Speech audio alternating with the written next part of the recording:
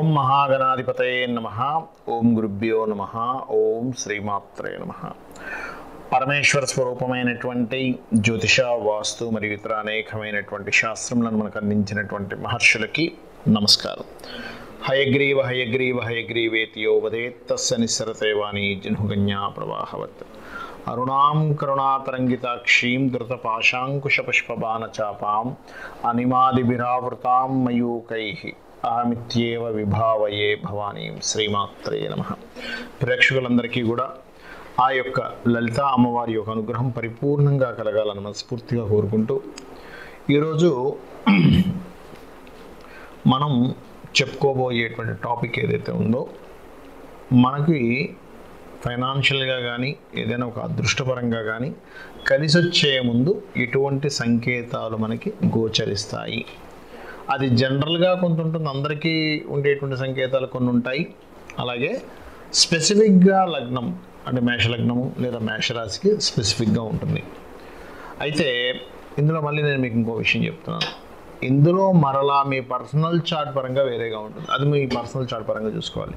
ఇదేంటంటే అందరికీ కనబడేటువంటి జనరల్గా చెప్పేటువంటి విషయాలు అన్ని రాసుల వారికి. కుంభం వారికి గనక చూసుకున్నట్లయితే, కుంభరాశి వారికి ప్రత్యేకంగా స్వప్న రూపేణ లేదా చుట్టూ జరుగుతున్నటువంటి కొన్ని సంకేత రూపేణ మీకు ఏ సమయంలో ఎటువంటి స్వప్నం కానీ సంకేతం కానీ మీ అదృష్టాన్ని, మీ యొక్క లైఫ్ స్టైల్ని మార్చుతుంది అని చెప్పి చూసుకున్నట్లయితే,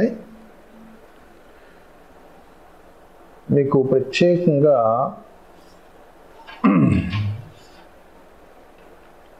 గతంలో ఇంకిది జరిగిపోయింది, మనకిది అంటే వ్యాపారం, ముఖ్యంగా చెప్పాలంటే వ్యాపార సంబంధంగా గతంలో ఏదో చేశాము, అది మళ్ళీ రివర్స్లో వస్తూ ఉంటుంది ఒక్కోసారి. ఏమని మీరు ఫలానా టైంలో ఇది చేశారు కదా, మళ్ళీ మీరు స్టార్ట్ చేయొచ్చు కదా, అటువంటి ఏదైనా సంకేతాలు వస్తున్నాయంటే మీకు అది మళ్ళీ అదృష్టం రానుందని అర్థం చేసుకోండి. అలాగే ప్రత్యేకంగా మీకు కుంభం వారికి కనుక చూసుకున్నట్లయితే గురువుల యొక్క అనుగ్రహంతో అదృష్టం పడుతుంది వీళ్ళకి. ఎందుకంటే వీళ్ళ పర్సనల్ చార్ట్లో అంటే వీళ్ళ నక్షత్రాలు కానీ, కుంభంలో ఉన్న నక్షత్రాలు కానీ, కుంభంలో ఉన్నటువంటి లగ్న సంబంధంగా దాని యొక్క తత్వం కానీ చూసుకుంటే కనుక వీళ్ళకి గురువు మూలంగా అదృష్టము, లైఫ్ టర్న్ అనేటువంటి జరుగుతుంది. మరియు వ్యాపారాల్లో ప్రధానంగా కొన్ని వ్యాపారాలు మొదట్లో పెట్టి దానికి సంబంధించినటువంటిది కొంత ఇబ్బంది పడి దాని తర్వాత అదృష్టం కలుగుతుంది కుంభం వారికి. ఎందుకంటే పంచమ స్థానం ఒక ఆలోచన స్థానము, అష్టమ స్థానాధిపత్యం బుధుడికి వచ్చింది. మరియు మరొక విషయం ఏంటంటే ఇక్కడ కుంభం వారికి చూసుకున్నట్లయితే గృహము, ఎవరైతే స్వప్నంలో ఒక చక్కటి డ్రీమ్ హౌస్ వాళ్ళకి స్వప్నంలో రావడం కానీ, అదేవిధంగా నేను ఒక చిన్న ఎగ్జాంపుల్ చెప్తాను. ఒకతను కుంభలగ్నం వ్యక్తి, అతనికి గతంలో ఒక చిన్న జాబ్ చేసేవాడు. ఎలా అంటే ఒక రియల్ ఎస్టేట్ కన్స్ట్రక్షన్ కంపెనీలో జాబ్ చేసేవాడు. ఆయన జాబ్ చేసినప్పుడు ఏదో ఒక 25,000 ఎంత వచ్చేది, 30,000 ఎంత దాదాపుగా వచ్చేది. ఒక ఇద్దరు పిల్లలు, రెంట్ హౌస్, అలా గడుస్తూ ఉండేది లైఫ్.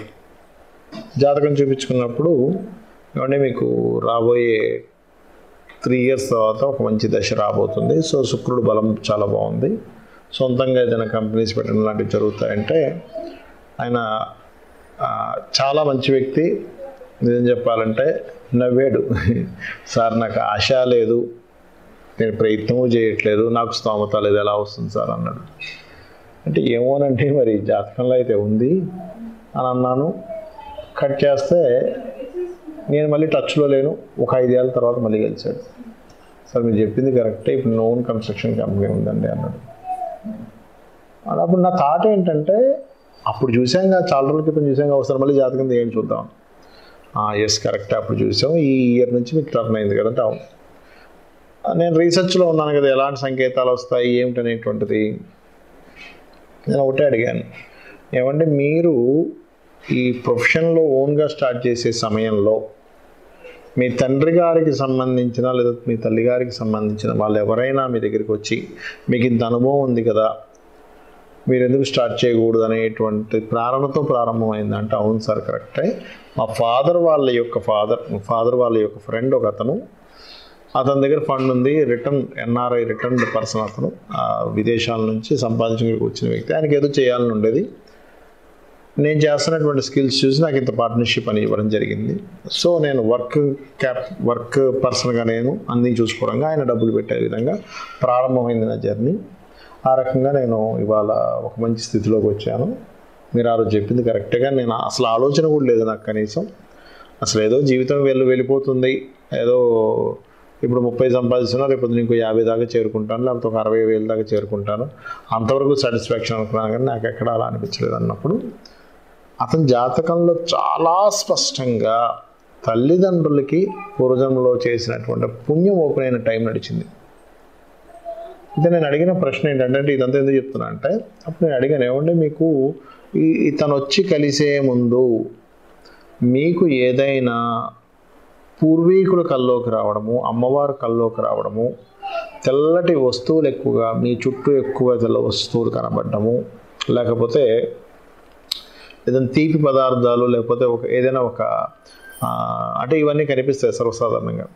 పళ్ళ రసాలతో ఏదైనా శివునికి అభిషేకం చేయడము, చక్కెరతో అభిషేకం చేయడము, మిశ్రీతో అభిషేకం చేయడము, అన్నముతో శివుణ్ణి చేసినట్టుగా ఇట్లాంటివి ఏమైనా వచ్చాయని నేను కొన్ని క్వశ్చన్స్ చేయడం జరిగింది.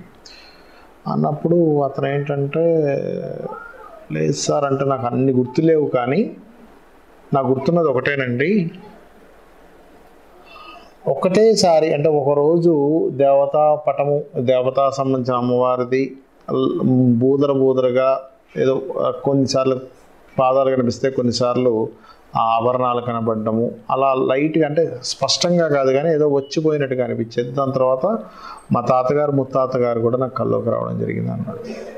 అంటే ఏమిటంటే, అమ్మవారు ఆ స్వప్న రూపంలోనో బయట రూపంలో అలాగా ఏదో ఒకటి ఇస్తుందండి సంకేతం. అయితే నేనేమడిగానంటే, అలా కాదండి, ఇంకేదైనా శివుడికి ఏదైనా పళ్ళ రసాలతో చేయడం ఏమైనా జరిగింది ఆ టైంలో అంటే, నా క్వశ్చన్ నా ఇదేంటంటే ఆలోచన ఏంటంటే, అలాంటిది ఏదో జరగాలి అక్కడ. అప్పుడు ఆయన గుర్తు చేసుకొని చెప్పాడు, కరెక్టే సార్ మీరు చెప్పింది, కార్తీక మాసం నుంచి నాకు టర్న్ అయింది, ఆ కార్తీక మాసంలో నెల రోజులు నేను ఏదో ఒక పళ్ళరసం తీసుకెళ్ళి చేసేవాడిని, ఇప్పుడు మీరు అంటుంటే నాకు గుర్తుకొచ్చింది అన్నాడు. అంటే నేను అది పెద్దగా పెట్టుకోలేదు. అంటే ఆ వ్యక్తి ఏంటంటే ఏదైనా ఒకటి చేసినా ఆశించేవాడు కాదు, దేని గురించి కూడా. టెంపుల్కి వెళ్తే కృతజ్ఞత భావంతో వెళ్ళిపోయేవాడు, ఏదైనా డొనేషన్ ఇవ్వాలంటే ఇచ్చేసేవాడు, కానీ చెప్పేవాడు కూడా కనీసం. అంటే అంత మంచి వ్యక్తిత్వం గల వ్యక్తి. అతనికి ఈ సంకేతాలు జరగడం అనేటువంటి జరిగింది. మీకు కూడా కుంభం వారికి కనుక ఖచ్చితంగా ఈ సంకేతాలు అనేటువంటి జరుగుతుంది. అందమైన భవంతులు కూడా ఒక్కోసారి కల్లోకి వస్తాయి, అందమైన కారు, అందమైన భవంతులు. కొంతమందికి అయితే అందమైన స్త్రీ, కొంతమందికి అయితే అప్సరసలు దేవతలు వచ్చినట్టుగా కళ్ళు వచ్చిందని నేను విన్నాను. లేకపోతే దానికి సంబంధించిన ఏదైనా పుస్తకాలు చదవడం, ఇలాంటివి కూడా జరుగుతుంటాయి. నేను మీకు ఇక్కడ కొన్ని కండిషన్స్ చెప్తానన్నాను. ఏమిటా కండిషన్స్ అంటే, ఒకటి గుర్తుపెట్టుకోండి, ఇప్పటి వరకు మనం చెప్పినటువంటిది రాశిపరంగా లేదా లగ్నపరంగా అందరికీ జరిగేటువంటి జనరల్గా. కానీ మీ జన్మజాతకంలో మీకు అదృష్టాన్ని కలిగించేటువంటి గ్రహాలు ఎవరయ్యారని స్పెసిఫిక్గా ఉంటుంది. అదేంటంటే లగ్నం చెప్పారు కదా వాళ్ళే అవుతారు అనుకుంటారు, కాదు.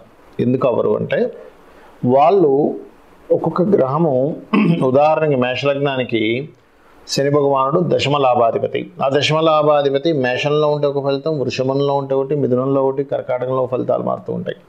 పోనీ అక్కడ ఉన్నప్పుడు ఆ ఫలితం ఇస్తుందంటే అది ఎవరితో కలిసిందో, మళ్ళీ బుధుడితో కలిసాడా, శుక్రుడితో కలిసాడా, రవితో కలిసాడా, చంద్రుడితో కలిసాడా అనేది దాని మీద మార్పు ఉంటుంది. నక్షత్రం వల్ల మార్పు ఉంటుంది. అది ఉన్న నక్షత్రం, అది ఏ నక్షత్రం మీద ఉంది, అది నవాంశలో ఫలాన్ని ఇచ్చేటువంటి ప్రదేశంలో ఎక్కడ పడింది నవాంశలో అనేటువంటివి స్పెసిఫిక్గా ఉంటాయి. అంటే నాట్ ఓన్లీ శని, ఈ నవగ్రహాలన్నీ కూడా. అందుకని ఇప్పటివరకు మనం చెప్పుకున్నవి ఒక ఎత్తు, మీ పర్సనల్ చార్ట్ని బట్టి చూసుకోవాల్సింది ఒకటి ఉంటుంది. ఇక రెండవది ఏంటంటే జనరల్గా ఇప్పుడు రాశి, నక్షత్రము లేకపోతే లగ్నము వీటితో అసలు సంబంధం లేకుండా జరిగేటువంటి సంఘటనలు ఏమిటి, సంకేతాలు ఏమిటి అంటే ఒకటే గుర్తుపెట్టుకోండి. ఎప్పుడైనా ఏదైనా ఒక పని మీరు ప్రారంభిద్దాము అని అనుకున్నప్పుడు గనక ఏదైనా ఒక ఆటంకం వచ్చి మిమ్మల్ని ఆపుతుంది అనుకోండి. ఏదైనా ఒక ఆటంకం అంటే ఒక వివాహం కోసం రెడీ అవుతున్నారు. రెడీ అవుతున్నప్పుడు ఏదైనా ఒక చెడు వార్త వచ్చింది. దాని గురించి మీరు ఆలోచించవలసిన సందర్భం ఉంది. వివాహం అనే కాదు, ఎనీథింగ్, ఒక బిజినెస్ పెట్టబోతున్నారు, లేకపోతే ఒక ప్లానింగ్గా ఒక ముందుకు వెళ్తున్నారు. సో దానికి మీరు పర్టికులర్గా ఇది ఎలా చేయాలి, ఏం చేయాలి, ఏమిటి అనేటువంటిది ఒక ఆలోచనలో కొంచెం ముందుకు ఒక్కసారి ఆలోచించాల్సిన పరిస్థితి. ఏదైనా ఒక సంకేతం వస్తాయి. దాన్నే మనకి శాస్త్రాల్లో నిమిత్తం అన్నారు, ఎదురు రావడం అన్నారు, ఇలాంటివన్నీ చెప్పారు. అంటే ఏమిటి, ప్రకృతి చెప్పేటువంటి ఇదంతా ఏమిటి అంటే ప్రకృతి మనకు అందించేటువంటి, ప్రకృతి అంటే ఎవరు, అమ్మవారు. అమ్మవారికి ఉన్నటువంటి లాంగ్వేజ్లో మనకు చెప్తుంది, నాన్న నువ్వు ఇది చేసుకో, ఇలా ఉండు. ఎందుకంటే అదేంటండి అలా చెప్తుందా అంటే ఖచ్చితంగా చెప్తుంది. మనకి చూడండి, కొంతమందికి స్వప్నంలో భగవత్ సంబంధించింది సౌండ్ వినబడో, చెప్పు నీకు పలానా దగ్గర విగ్రహాలు ఉన్నాయి, తవ్వండి, తీసి గుడి కట్టండి అని చెప్తున్నారుగా మరి అమ్మవారు. మరి అది చెప్తున్నప్పుడు మన పర్సనల్ రిలేటెడ్ సంబంధించినవి కూడా ఈ సంకేత రూపంలో చెప్పడం జరుగుతూ ఉంటుంది అనే విషయాన్ని మనం అర్థం చేసుకోవాలి.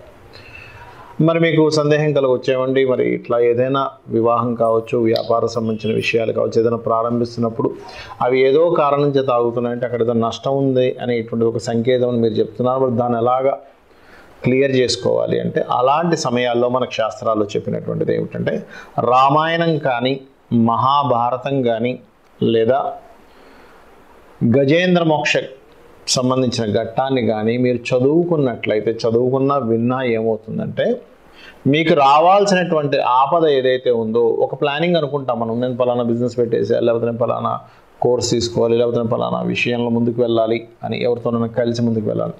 అలాంటి సందర్భంలో మీరు కనుక ఆటంకాలు కలుగుతున్నాయి, కానీ ఆటంకం ఎందుకు కలుగుతుంది, అసలు ఏంటి సంకేతాలని మీకు అర్థం కావట్లేదు, ఒక క్లారిటీ రావాలి. అలాంటి సందర్భంలో రామాయణం, మహాభారతం, గజేంద్ర మోక్షం, లలితా సహస్రనామాలు విన్నా, లేదా విష్ణు సహస్రనామాలు ఒక్కసారి చక్కగా ధ్యానంలో కూర్చొని మీరు విన్నా ఏమవుతుందంటే మీకు ఏదైతే మీరు స్టెప్ వేయబోతున్నారో, ఇంకా కూడా ఉంది ఏంటి, ఇష్టదైవం, రోజు ఇష్టదైవాన్ని పూజ చేస్తూ ఉంటారు. ఆ పూజలో ఒక్కసారి కూర్చొని స్వామి ఏమిటి నాకు ఇదేం అర్థం కావట్లేదు, నేను దీనికి ముందుకు వెళ్ళనా వద్దా, ముందుకి నేను అడుగు వేయడం వల్ల ఏమైనా ఇబ్బంది ఉందా, లేకపోతే దాన్ని విరమించుకొని వెనక్కి రావడమే మంచిదా అని చెప్పి మీరు కనుక ప్రశ్నించుకున్నట్లయితే ఖచ్చితంగా దానికి సమాధానం ఒక క్లారిటీతో వస్తుంది. అంటే మీకు కనబడేటువంటి నిమిత్తాలు క్లారిటీ ఉండాలని లేదు ఒక్కోసారి, ఎందుకంటే అది దాని మీద స్టడీ చేస్తేనే అర్థమవుతూ ఉంటుంది, కాబట్టి ఈ రకంగా తెలుస్తుంది.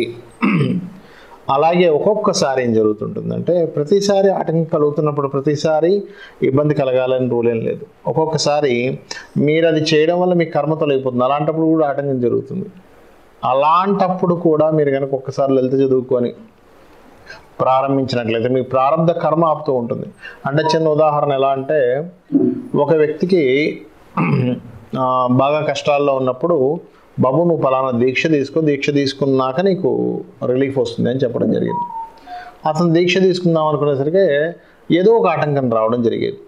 అయితే నేను ఏమన్నానంటే లేదు నువ్వు కర్మ, నీ యొక్క ప్రారంభ కర్మ నిన్ను ఆపుతుంది, దీక్ష తీసుకుంటే క్లియర్ అవుతావు, కాబట్టి దీక్ష తీసేసుకో అంటే. ఇక్కడ నాకు అర్థమైన విషయం ఏంటంటే మనం ఏదైనా గ్రహ సంబంధించిన, దేవతా సంబంధించినటువంటి చేసుకుంటే క్లియర్ అవుతుంది అని అన్నప్పుడు ఆటంకాలు వస్తూ ఉంటాయి. వచ్చినప్పుడు దాన్ని కూడా అధిగమించి మీరు కనుక ఆ యొక్క కార్యక్రమాన్ని పూజో, లేకపోతే హోమమనో, లేకపోతే జపమనో, లేకపోతే ఇంకేదైనా దేవాలయానికి వెళ్ళడమనో చేసినప్పుడు అది ఖచ్చితంగా ఏమవుతుందంటే మీరు పడుతున్నటువంటి ఇబ్బంది నుంచి బయటపడేస్తుంది. కాబట్టి నేను చెప్పినటువంటి ఈ యొక్క విషయాల్ని పరిగణనలో తీసుకొని ప్రతిదాన్ని కూడా మీరు అమ్మవారికి సమర్పిస్తూ మీరు కనుక చేస్తున్నట్లయితే, అంటే ఉదాహరణకి ఏదైనా ఒక ప్రారంభిస్తున్నాము, మీకు సంశయం అసలు ముందుకు వెళ్ళనా వద్దా, జాతకం ఉంటే జాతకంలో చూసుకొని చెప్పొచ్చు, ఏమంటే ఈ వ్యాపారం మీకు పనికి వస్తుంది, ఇది మీకు పనికిరాదు, దీనిలో మీరు ముందుకు వెళ్ళొచ్చు, వెళ్ళకూడదు, ఇలాంటివన్నీ. ఇక్కడ ఏంటంటే మీరు ముందుకి అడుగు వేసేటప్పుడు ఉదాహరణకి ఈ రకంగా సంశయిస్తున్నారు. ప్రతి అడుగు వేసే ప్రతిదీ కూడా ఒక్కసారి అమ్మవారిని స్మరించుకుంటూ స్వామి నీదే బాధ్యత అనుకుంటూ వెళ్తే కూడా మీరు ఎక్కడ వెళ్ళి ఇబ్బంది పడాలో అక్కడ వెళ్ళనివ్వకుండా స్వామివారు అమ్మవారు చూసుకుంటారు. కాబట్టి ఈ యొక్క విషయాల్ని పరిగణనలో తీసుకొని కండిషన్స్ పాటించండి. శ్రీమాత్రే నమః.